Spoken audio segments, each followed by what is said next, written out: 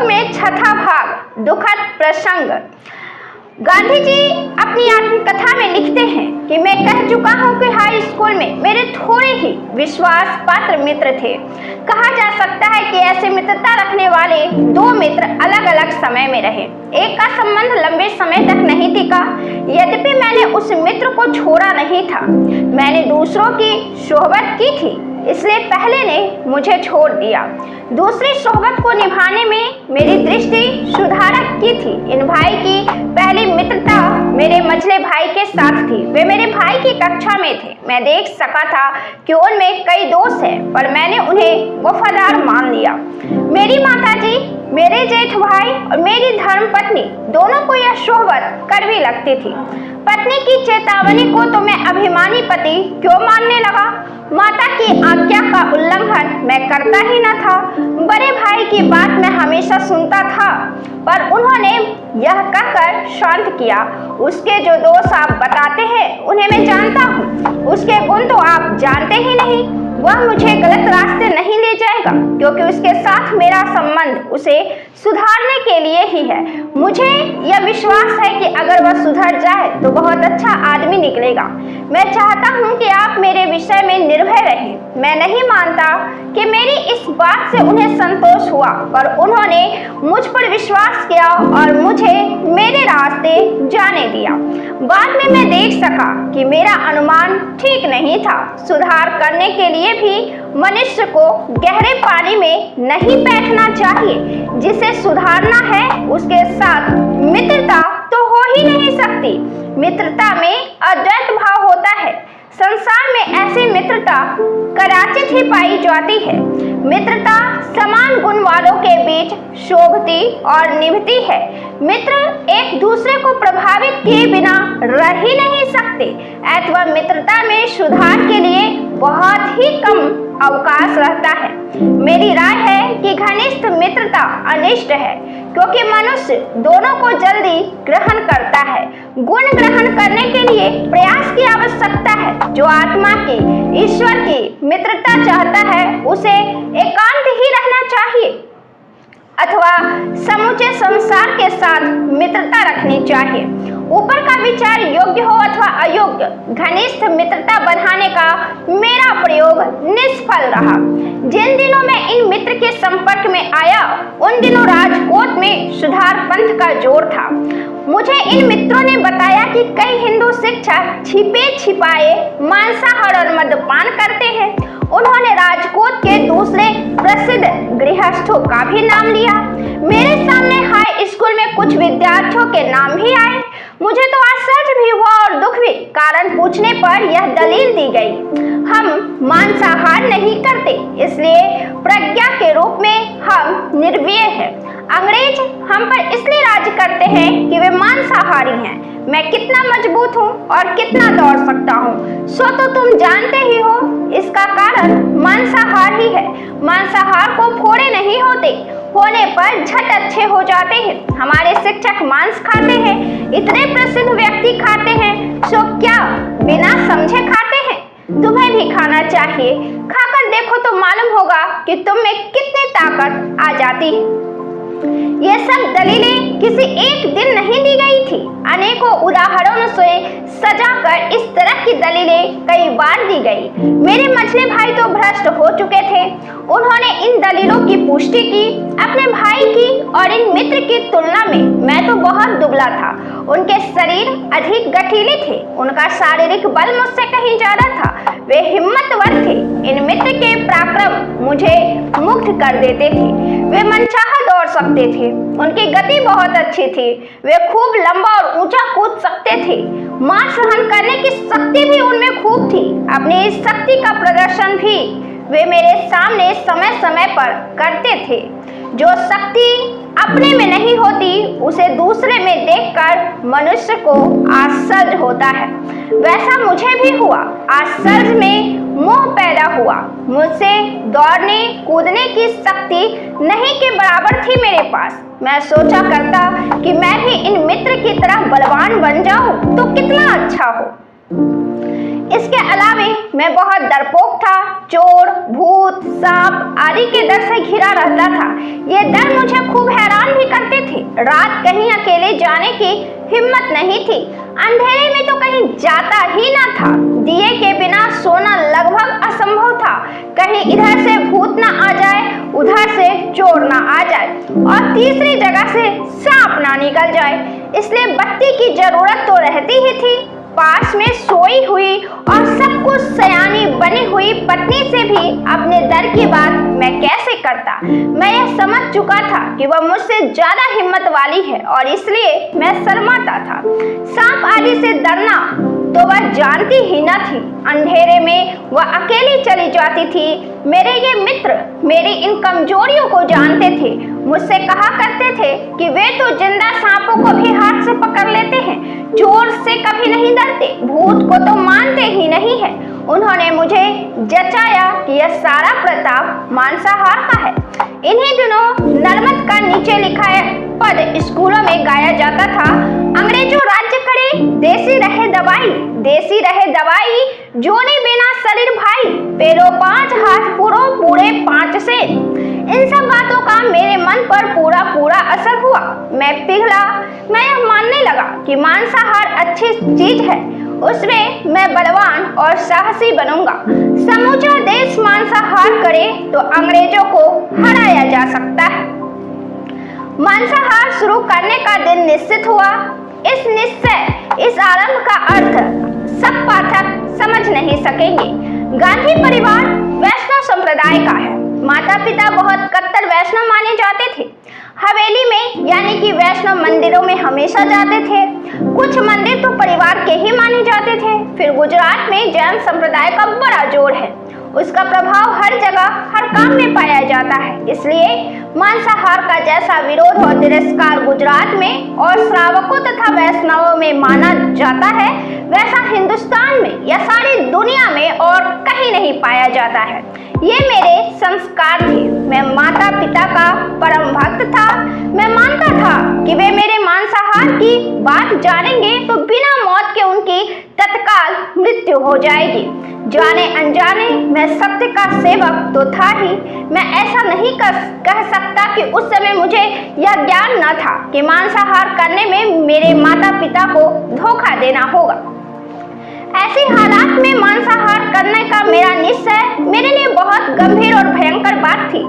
लेकिन मुझे तो सुधार करना था, मांसाहार का शौक नहीं था। यह सोचकर उसमें स्वाद है, मैं मांसाहार शुरू नहीं कर रहा था। मुझे तो बलवान और साहसी बनना था, दूसरों को वैसा बनने के लिए न्योतना था और फिर अंग्रेजों को हराकर हिंदुस्तान को स्वतंत्र करना था। स्वराज शब्द उस समय तक मैंने सुना नहीं था। सुधार के इस जोश में मैं होश भूल गया। निश्चित दिन आया। अपनी स्थिति का संपूर्ण वर्णन करना मेरे लिए कठिन है। एक तरफ सुधार का उत्साह था, जीवन में महत्व परिवर्तन करने का कुतूहल था और दूसरी तरफ चोर की तरफ छिपकर काम करने की शर्म थी। मुझे याद नहीं पड़ता कि इसमें मुख्य वस्तु क्या थी। हम नदी की तरफ एकांत की खोज में चले। दूर जाकर ऐसा कोना खोजा जहां कोई देख ना सके और वहां मैंने कभी न देखी हुई वस्तु मांस देखी। साथ में भटियार खाने की डबल रोटी थी। दोनों में से एक भी चीज मुझे भाती नहीं थी। मांस चमड़े जैसा लगता था। खाना असंभव हो गया। मुझे क्या होने लगी, खाना छोड़ देना पड़ा। मेरी वह रात बहुत बुरी बीती। नींद नहीं आई। सपने में ऐसा भास होता था मानो शरीर के अंदर बकरा जिंदा हो और रो रहा हो। मैं चौंक उठता, बचता था और फिर सोचता कि मुझे तो मांसाहार करना ही है, हिम्मत नहीं हारनी है। मित्र भी हार खाने वाले नहीं थे। उन्होंने अब मांस को अलग अलग ढंग से पकाने, सजाने और ढकने का प्रबंध किया। नदी किनारे ले जाने के बदले किसी बावर्ची के साथ बातचीत करके छिपे छिपे एक सरकारी डाक बंगले पर ले जाने की व्यवस्था की गई और वहां कुर्सी, मेज वगैरह सामान के प्रलोभन में मुझे डाला गया। इसका असर हुआ। डबल रोटी की नफरत कुछ कम पड़ी, बकरे की दया छूटी और मांस का तो कह नहीं सकता, पर मांस वाले पदार्थों में स्वाद आने लगा। इस तरह 1 साल बीता होगा और इस बीच 5-6 बार मांस खाने को मिला होगा, क्योंकि डाक बंगला सदा सुलभ न रखता था और मांस के स्वादिष्ट माने जाने वाले बढ़िया पदार्थ भी सदा तैयार नहीं हो सकते थे। फिर ऐसे भोजनों पर पैसे भी खर्च अधिक होते थे। मेरे पास तो फूटी कौड़ी भी नहीं थी, इसलिए मैं कुछ दे नहीं सकता था। इस खर्च की सारी व्यवस्था उन मित्रों को ही करनी होती थी जिन्होंने मुझे मांस खाने के लिए प्रेरित किया था। उन्होंने कहां से कैसे व्यवस्था की, इसका मुझे आज तक पता नहीं है।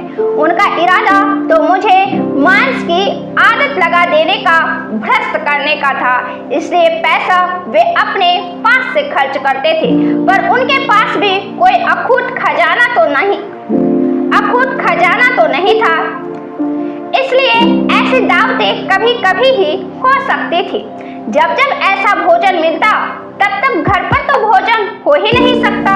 जब माताजी भोजन के लिए बुलाती तब आज भूख नहीं है, खाना हजम नहीं हुआ, ऐसे बहाने बनाने पड़ते थे। ऐसा कहते समय हर बार भारी आघात पहुंचता था। यह झूठ सो भी माँ के सामने, और अगर माता पिता को पता चले कि लड़का मांसाहारी हो गए हैं तो उन पर बिजली ही टूट पड़ेगी। ये विचार मेरे दिल को कुरेदते रहते थे, इसलिए मैंने निश्चय किया मांस खाना आवश्यक है। उसका प्रचार करके हम हिंदुस्तान को सुधारेंगे। पर माता पिता को धोखा देना और झूठ बोलना तो मांस न खाने से भी बुरा है, इसलिए माता पिता के जीते जी मांस नहीं खाना चाहिए। उनके मृत्यु के बाद स्वतंत्र होने पर खुले तौर से मांस खाना चाहिए और जब तक वह समय न आवे तब तक मांसाहार का त्याग करना चाहिए। अपना यह निश्चय मैंने मित्र को बता दिया और तब से मांसाहार जो छूटा सो सदा के लिए छूट गया। माता पिता कभी यह जान ही नहीं पाए कि उनके 2 पुत्र मांसाहार कर चुके हैं। माता पिता को धोखा न देने के शुभ विचार से मैंने मांसाहार छोड़ा, पर वह मित्रता नहीं छोड़ी। मैं मित्र को सुधारने चला था पर खुद ही गिरा और गिरावट का मुझे होश तक न रहा। इसी सोहबत के कारण मैं व्यभिचार में भी फंस जाता। एक बार मेरे ये मित्र मुझे वेश्याओं की बस्ती में ले गए। वहां मुझे योग्य सूचनाएं देकर एक स्त्री के मकान में भेजा। मुझे पैसे वगैरह कुछ देना नहीं था, हिसाब हो चुका था। मुझे तो सिर्फ दिल बहलाव की बातें करनी थी। मैं घर में घुस तो गया, पर जिसे ईश्वर बचाना चाहता है वह गिरने की इच्छा रखते हुए भी पवित्र रह सकता है। इस कोठरी में मैं तो बिल्कुल अंधा बन गया। मुझे बोलने का भी होश न रहा। मारे शर्म के सन्नाटे में आकर उस औरत के पास खटिया पर बैठा, पर मुंह से बोल ना निकल सका। औरत ने गुस्से में आकर मुझे 2-4 खरी खोटी सुनाई और दरवाजे की राह दिखाई। उस समय तो मुझे जान पड़ा कि मेरी मर्दानगी को बट्टा लगा और मैंने चाहा कि धरती जगह दे दे तो मैं उसमें समा जाऊं। पर इस तरह बचने के लिए मैंने सदा ही भगवान का आभार माना है। मेरे जीवन में ऐसे ही दूसरे 4 प्रसंग और भी आए हैं। कहना होगा कि उनमें से अनेकों में अपने प्रयत्न के बिना केवल परिस्थिति के कारण मैं बचा हूँ। विशुद्ध दृष्टि से तो इन प्रसंगों में मेरा पतन ही माना जाएगा। चूंकि मैंने विषय की इच्छा की इसलिए मैं उसे भोग ही चुका। फिर भी लौकिक दृष्टि से इच्छा करने पर भी जो प्रत्यक्ष कर्म से बचता है उसे हम बचा हुआ ही मानते हैं। और इन प्रसंगों से मैं इसी तरह इतने ही हद तक बचा हुआ माना जाऊंगा। फिर कुछ काम ऐसे हैं जिन्हें करने से बचना व्यक्ति के लिए और उसके संपर्क में आने वालों के लिए बहुत लाभदायक होता है। और जब विचार शुद्धि हो जाती है तब उस कार्य में से बच जाने के लिए वह ईश्वर का अनुग्रहित होता है। जिस तरह हम यह अनुभव करते हैं कि पतन से बचने का प्रयत्न करते हुए भी मनुष्य पतित बनता है, उसी तरह यह भी एक असंभव सिद्ध बात है कि गिरना चाहते हुए भी अनेकों संयोगों के कारण मनुष्य गिरने से बच जाता है। इसमें पुरुषार्थ कहाँ है, दैव कहाँ है, अथवा किन नियमों के वश होकर मनुष्य आखिर गिरता या बचता है? ये सारे गूढ़ प्रश्न हैं। इनका हल आज तक हुआ नहीं और कहना कठिन है कि अंतिम निर्णय कभी हो सकेगा या नहीं। पर हम आगे बढ़े। मुझे अभी तक इस बात का होश नहीं हुआ था इन मित्र की मित्रता अनिष्ट है। वैसा होने से पहले मुझे अभी कुछ और कड़वे अनुभव प्राप्त करने थे। इसका बोझ तो मुझे तभी हुआ जब मैंने उनके अकल्पित दोषों का प्रत्यक्ष दर्शन किया। लेकिन मैं यथासंभव समय के क्रम के अनुसार अपने अनुभव लिख रहा हूँ, इसलिए दूसरे अनुभव आगे आएंगे। इस समय की एक बात यही कहनी होगी, हम दंपत्ति के बीच जो कुछ मतभेद पैदा होता या कला होता, उसका एक कारण यह मित्रता भी थी। बापू राष्ट्रपिता महात्मा गांधी आगे लिखते हैं अपनी आत्मकथा में कि मैं ऊपर बता चुका हूँ कि मैं जैसा प्रेमी वैसा ही वह में पति था। मेरे वहन को बढ़ाने वाली यह मित्रता थी, क्योंकि मित्र की सच्चाई के बारे में मुझे कोई संदेह था ही नहीं। इन मित्र की बातों में आकर मैंने अपनी धर्मपत्नी को कितने ही कष्ट पहुंचाए हैं। इस हिंसा के लिए मैंने अपने को कभी माफ नहीं किया है। ऐसे दुख हिंदू स्त्री ही सहन करती है और इस कारण मैंने स्त्री को सदा सहनशीलता की मूर्ति के रूप में देखा है। नौकर पर झूठा शक किया जाए तो वह नौकरी छोड़ देता है, पुत्र पर ऐसा शक हो तो पिता का घर छोड़ देता है, मित्रों के बीच शक पैदा हो तो मित्रता टूट जाती है। स्त्री को पति पर शक हो तो वह मन मसोस कर बैठी रहती है, पर अगर पति पत्नी पर शक करे तो पत्नी बेचारी का भाग्य ही फूट जाता है, वह कहाँ जाए। उच्च माने जाने वाले वर्ण की हिंदू स्त्री अदालत में जाकर बंधी हुई गांठ को कटवा भी नहीं सकती। ऐसा एक तरफा न्याय उसके लिए रखा गया है। इस तरह का न्याय मैंने दिया, इसके दुख को मैं कभी भूल नहीं सकता। इस संदेह की जड़ तो तभी कटी जब मुझे अहिंसा का सूक्ष्म ज्ञान हुआ, यानी जब मैं ब्रह्मचर्य की महिमा को समझा और यह समझा कि पत्नी पति की दासी नहीं पर उसके सहचारिणी है, सहधर्मिणी है। दोनों एक दूसरे के सुख दुख के समान साझेदार हैं और भला बुरा करने की जितनी स्वतंत्रता पति को है उतनी ही पत्नी को है। संदेह के उस काल को जब मैं याद करता हूँ तो मुझे अपनी मूर्खता और विषयान निर्दयता पर क्रोध आता है और मित्रता विषयक अपनी मूर्छा पर दया आती है।